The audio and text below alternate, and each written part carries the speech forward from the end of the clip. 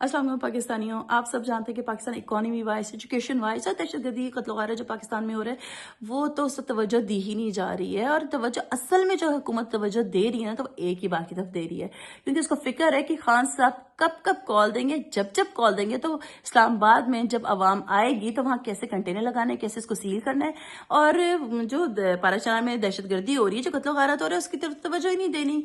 और अगर असल तवज्जो देनी है उस पुरअमन प्रोटेस्ट की तरफ तवज्जो देनी है जो केपीके से लोग आ रहे हैं कि अटक ब्रिज पे उनको कैसे, चाहे 20,000 ही पुलिस वाले को तैनात करी जाए, कैसे उन्हें रोका जाए, क्या किया जाए। सिर्फ आजकल जो इस हुकूमत की तवज्जो है, जो उसके पीछे कारफरमा लोग हैं, उनकी तवज्जो सिर्फ ये है कि कैसे इन लोगों को रोका जाए हक सच की बात करने से। तो क्या आप समझते हैं कि मुल्क बहुत तरक्की करेगा इन सब चीज़ों से? मुल्क एक तबाही की तरफ जा रहा है, एक ऐसे तपते तंदूर की तरफ जा रहा है कि अगर उसमें गिर गया ना तो जलकर राख हो जाएगा, उसमें आप भी नहीं फिर बचेंगे।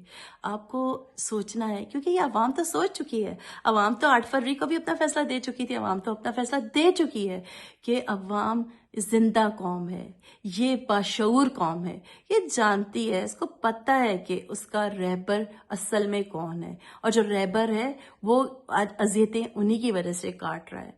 और वो उसकी कॉल पर जरूर 24 नवंबर को इंशाल्लाह निकलेगी और आपको निकल के दिखाएगी, बताएगी कि ये एक कौम है और अपने पाकिस्तान की से मोहब्बत करती है और पाकिस्तान का सोचती है। शुक्रिया।